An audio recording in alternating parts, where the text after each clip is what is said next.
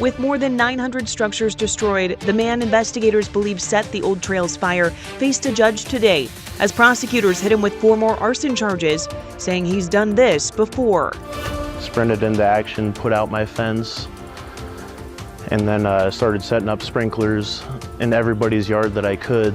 As flames pushed through one man's neighborhood, he stayed behind, fighting as long as he could to save every home around him. His story tonight. We are in weather impact alert mode as air quality issues continue and breezy winds over the next couple of days renew fire weather concerns.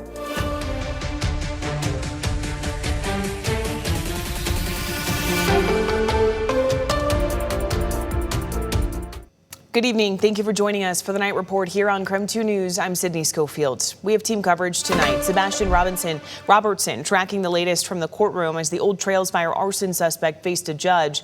Caitlin Galloway shares the story of a man who fought to save as many homes as he could. Brandon T. Jones brings us answers from the sheriff's office about why evacuation zones will remain closed for some time. And meteorologist Michelle Boss keeping a close eye on heat, air quality, and when winds may pick back up.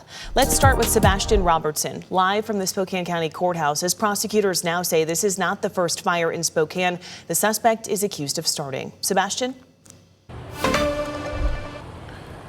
The case against Aaron Farinacci has grown significantly. He is now charged with purposely starting 5 different fires, 5 counts of arson in the Spokane area since early last summer. In court documents, police say he told all, saying that with this most recent fire, he purposely picked August 1st because he knew it would be hot, dry, and suspected the fire would spread quickly.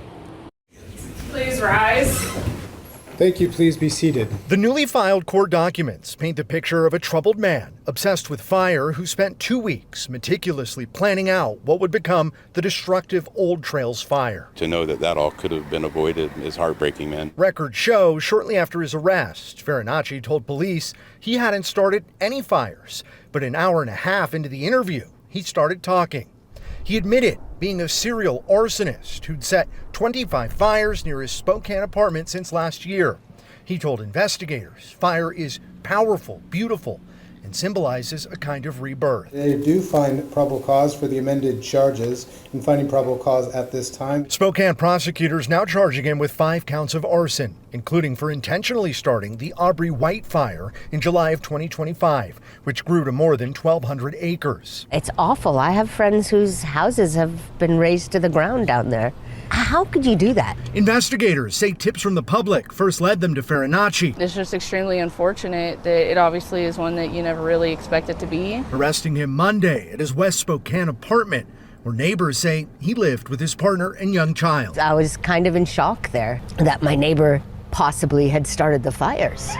Deputies contacted him the day the Old Trails fire started and found him carrying waterproof matches and a lighter, but didn't yet have enough evidence to arrest him. I'm disgusted. Like I said, we sat in our car for 3 hours in the Safeway parking lot, waiting it out with our 10-year-old in the back seat asking, are we going to be okay? What's going on? So something that she's going to remember for the rest of her life, and knowing somebody caused that is horrible. Investigators say Farinacci admitted he knew arson was an easy crime to get away with if you have time.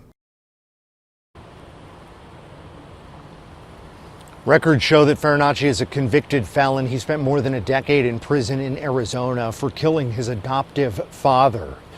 He was supposed to enter a plea today. That did not happen. The court giving 24 hours to see if he's competent to stand trial. Back to you. Sebastian, thank you. Tonight, the Spokane County Sheriff's Office wants to remind the community that the app Watch Duty is not an official source for evacuation zones. The only official evacuation map is run by Spokane Regional Emergency Communications. That's where you want to look. So let's do that now. This is the official evacuation map. You can see large areas still under level 3 go now evacuations. Those are the areas shaded in red. Level 2 get set evacuations are shaded in yellow. The few green areas highlighted here are level 1 be ready evacuation notices. If you want a closer look at this map, we have a link on our website, krem.com. As evacuees grow impatient, going almost a week now without being able to go home, Spokane County Sheriff John Knowles is working to help people understand why it's still not safe to go back. Brandon T. Jones breaks down what you need to know. Well, here at this press conference today, Sheriff John Knowles is asking the community to be patient with them as cleanup efforts continue from these fires.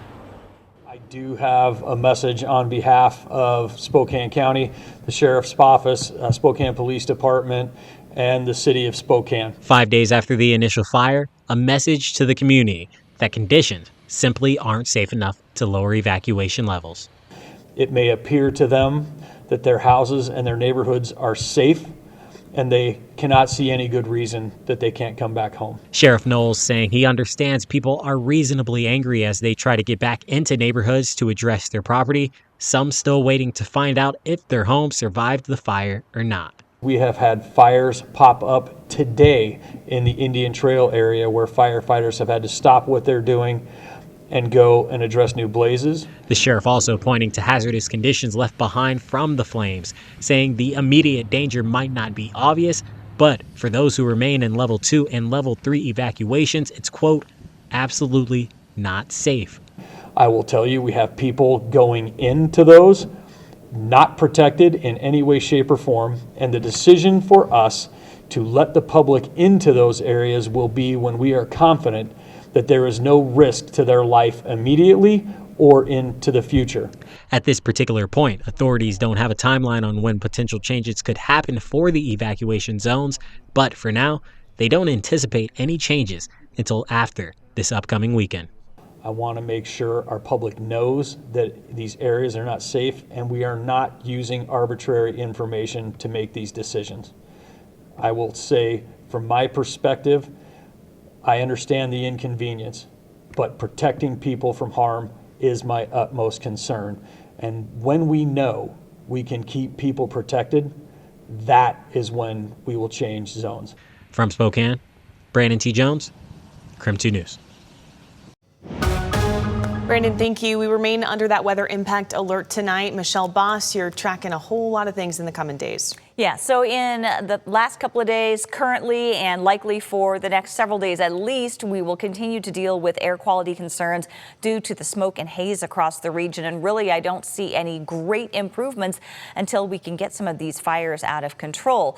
We've had light winds the past couple of days, slightly cooler temperatures, but second concern is the heat. We were back in the 90s this afternoon and looking at highs in the 90s the next couple of days. And then now we are looking at some elevated fire concerns due to an increase in winds tomorrow and Saturday. We're not looking at strong winds at all, but just enough of an increase that with the hot and dry conditions, it is definitely going to be affecting the fires. Sustained winds at 10 to 20 miles per hour, gust as high as 30, way less than last week, but again, still strong enough that we are going to see some effects. Air quality has ranged from unhealthy for sensitive groups in that orange color to just unhealthy and more of that red across the inland northwest. And again, I don't see a whole lot of improvement anytime soon. Winds right now are calm, but do expect them to increase tomorrow afternoon. So red flag warnings are in effect for pretty much all of eastern Washington and part of the Idaho Palouse. The Colville Reservation is under a fire weather watch. They may not quite meet the threshold for wind and low relative humidity, but still folks at the National Weather Service monitoring that.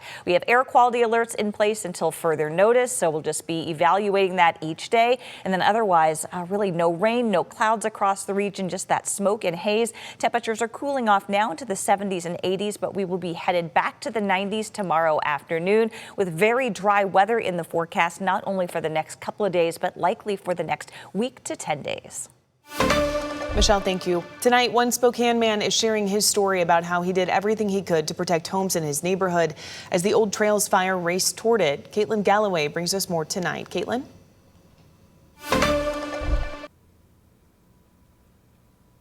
Well, Sydney, I'm at 9 Mile Road and Assembly Road, and right behind this barricade, one man went back into the evacuation zone to prevent his home and his neighbors' homes from going up in flames.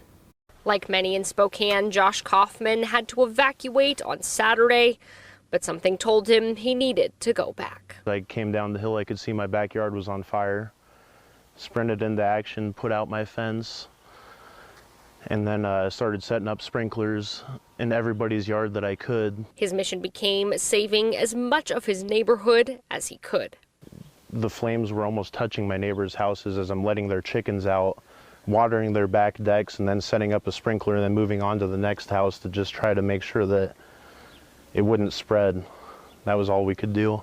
For the first several hours, it was just Kaufman against the flames. Over here was where we have a lot of elderly, and they let their shrubs get where they're touching the house. And so I was able to put out the shrubs, luckily, and save those houses from being ignited.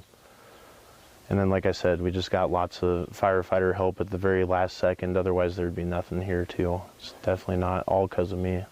When fire crews arrived, he worked with the firefighters to save the neighborhood he grew up in. I moved into this neighborhood when I was 7 years old, and then I bought the house across the street from my mom, and it was the 91-year-old guy who was the original owner who sold me the home. And so all the neighbors here know me since I was a little kid bouncing the basketball across the street. He says he thinks he managed to save at least 10 houses along the street. No one has any idea unless, honestly, like you are in one of these neighborhoods where you can see your neighbor's houses burned down. I mean, it's very easy in all the rest of parts of Spokane to not understand it. It's completely devastating, a war zone, and I hope we get whatever help we can get down here for everybody. Kaufman says he'll stay in his neighborhood in order to continue to protect it. Well, those evacuation zones are expected to remain in place at least through the weekend. In Spokane, Caitlin Galloway, KREM 2 News.